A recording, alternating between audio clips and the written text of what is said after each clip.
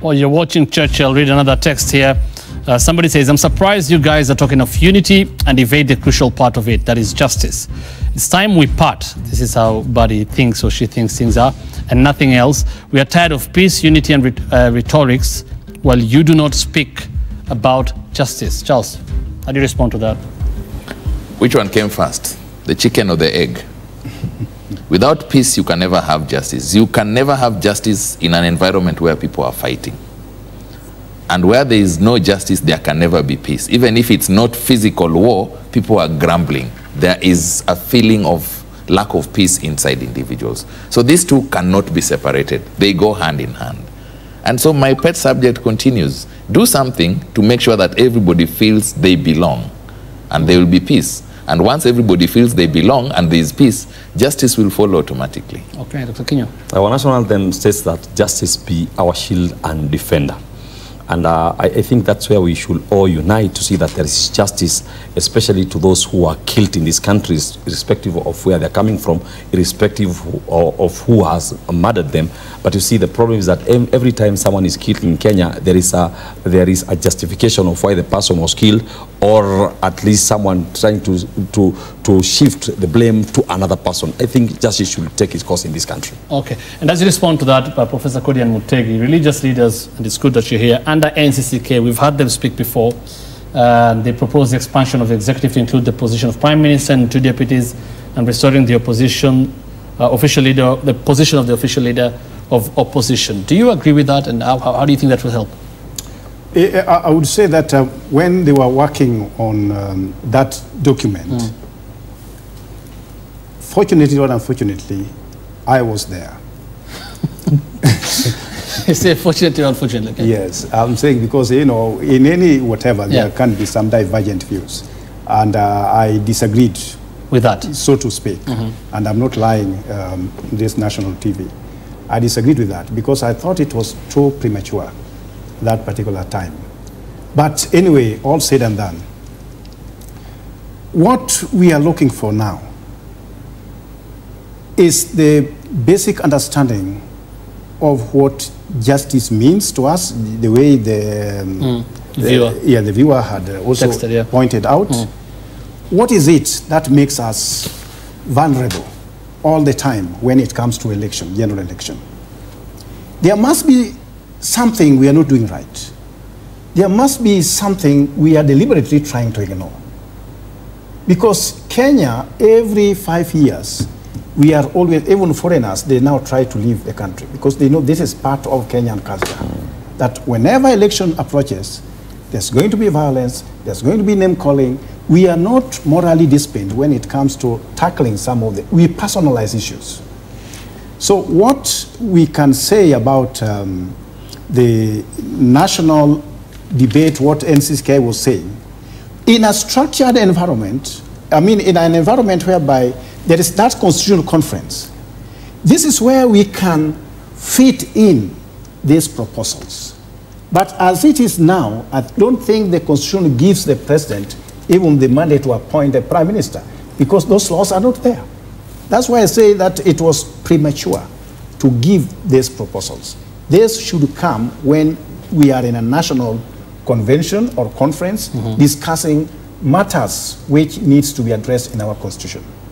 If the president proposes after his own a national constitutional conference, will NASA agree to take part in it? Is another question. Will they? I'm not saying I don't know. It's a question. They should ask that. Answer that question. Myself, that proposal. I'm against that. You're also against that? I'm against it because Kenyans, we are paying a lot of tax. In fact, I'm of the opinion that we can even decrease our counties to have like even 17, 18 counties in this country. To have the decrease of the number of our MPs, because I don't think we need all those numbers.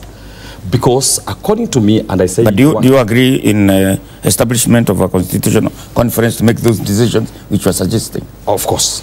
I agree to that. And one thing I said one time, Hussein, is that according to me, The devolution itself also has devolved tribalism.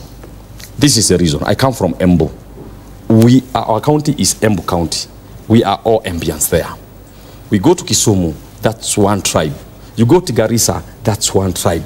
We better go back to have the provinces where we have Kalenjins, Kikuyu, and Kambas in one province. Not province, let them call it county, so that we don't have tribalism, because now tribalism has been devolved with the issue of devolution. So I think we should now be talking of how we can decrease these counties to be maybe 18 only, where we have the upper eastern, lower eastern as regions which are now counties, so that if we have a governor, now the governor is a governor of 3 tribes or 4 tribes, and I believe that is one way we can finish tribalism in the country. Because if you look at Tharaka-Nithi, that's one tribe, Meru, that's one tribe, Kitui, that's one tribe, Machakos, that's one tribe. I think we should now go to see that we now decrease the number of our counties, and I'm so sure tribalism in this country will stop with that. A national conference on the Constitution should have been held in September 2010, immediately after the promulgation of the Constitution, so that we rectify the 20% that we all agreed was bad. That as it didn't happen. Yeah, so I'm saying it should have been held like yesterday. You asked, should it be held? I'm saying it should have been held like yesterday.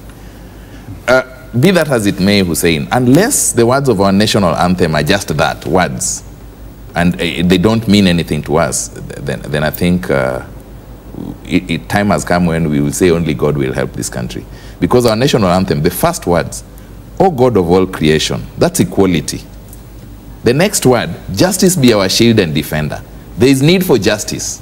When you have equality and you have justice, ultimately, may we dwell in peace, love, and unity. So you have equality, you have justice, peace comes automatically. That's true.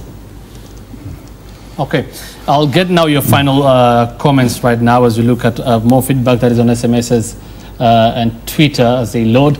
But your final comments now. How do we unite the country, but still ensuring justice for those who feel alienated in terms of resources, in terms of leadership in this country? Charles, let me start with you again. Our religious leaders should go to God in truth. They should be honest when they go to God in prayer, so that God speaks to them and to us as a nation, so that we know what course we need to take. I don't know whether it's all about religion. I think, as I've said before in this place, we must establish strong institutions and respect them. If you have no respect for the judiciary, because they ruled against you like the president did, or like other people when they lose, there must in any competition, there must be losers and winners. Similarly, when you have a judge making a decision, when you say there is no electoral justice, maybe when it comes to the election of the president, what about all those governors and all those MPs and MCAs? When we were elected, was there any electoral justice? You must respect the High Court, you must respect the MBC, you must respect the police, of course, when they're behaving properly, not when they are being abused. Mutegi actually cut me short. Yeah. I was just beginning my closing remarks. Our religious leaders must reclaim their position so that they can sew together the social fabric that we have. Once that is done, we will not look at who is the head of the judiciary so that I have no respect for it or I have respect for it. So that we look at who is the head of police so that I have respect for them or no respect for them. For me, we just have to sew together again our social fabric, and everything else will fall in place. The people with that mandate are the people of the clock. Dr. Kinyo. We should all respect our constitution, irrespective of our positions, and especially the political leaders. If they do justice in this country, irrespective of their tribes and regions, I'm so sure we'll stand united and peace will prevail in our country. All right, Professor Kodia, finally. Yes, what I would say is that every Kenyan has a right and a responsibility to ensure that we are all safe and what is right is adhered to.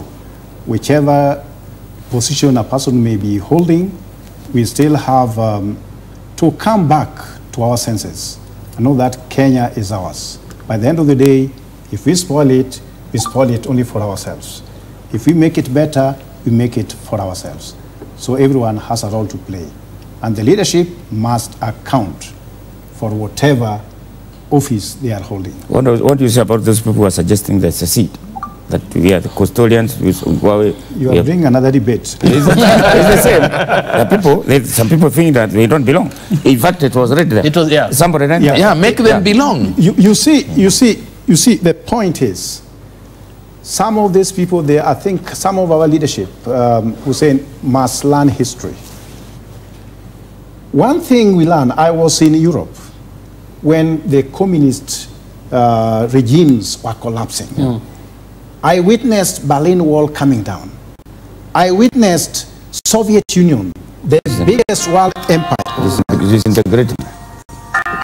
Sorry about that. Sorry, excuse me, please. Sorry. That's okay. Yeah. I witnessed Berlin Wall coming down.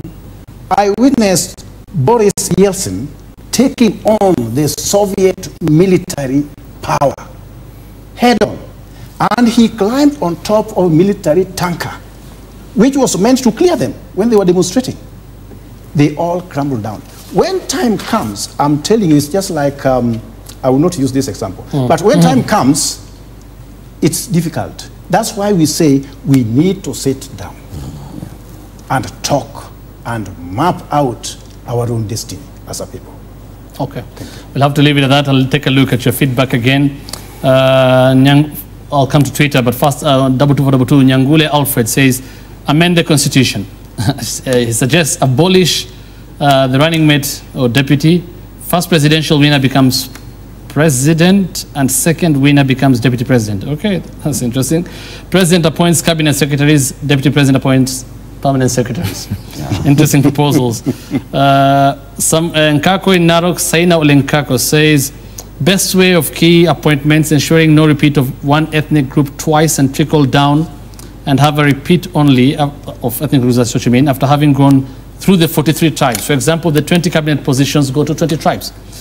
We are still 42. To the assistants, the other goes to assistants, and that's what you're saying, without any of the above. Lot 3, okay, says the list then, or then restart the same. No, what he says is fill the 23, fill the 20, okay, then start from the 24th tribe. From the 24th to the assistants, and then PSs. All right, on Twitter, let's look at what you're saying. Right, Kimemia101, can't say if it's Kimemia, the Kimemia we know.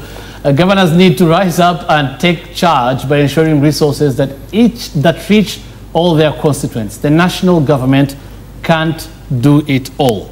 Terry Armstrong on Twitter says, why evade the issue of credible elections? Tell me the difference between winning an election and ascending to power. Peace is necessary, but it is not the first thing. Ombaka Nelson says, there's no any other government that will satisfy the will of all citizens. We have devolution in place, and we should closely put it on toes. Korir Weldon finally to reduce tribalism in counties. We can be done through employment of other tribes to provide services. So thank you so much for your feedback. On Twitter, on 22422, as always, you can look at all of them. It's just a sample, but thank you so much for responding to the show. Thank you for watching. I'm Hussein Mohammed again. Thanks to our guests, our regular panelists, Muteki Njao, Charles Odhiambo, Dr. Hassan Kinyo, the Director of Religious Affairs at the Supreme Council of Kenya Muslims, also Director, Interfaith Council of Kenya and Peace League Africa, and Professor David Koria, Bishop with the Anglican Church of Kenya in Bondo. Thank you all for making time for us. Thank you for watching. I'm Hussein Mohammed. We're sitting in for Udwa Kamimo. Have a good day.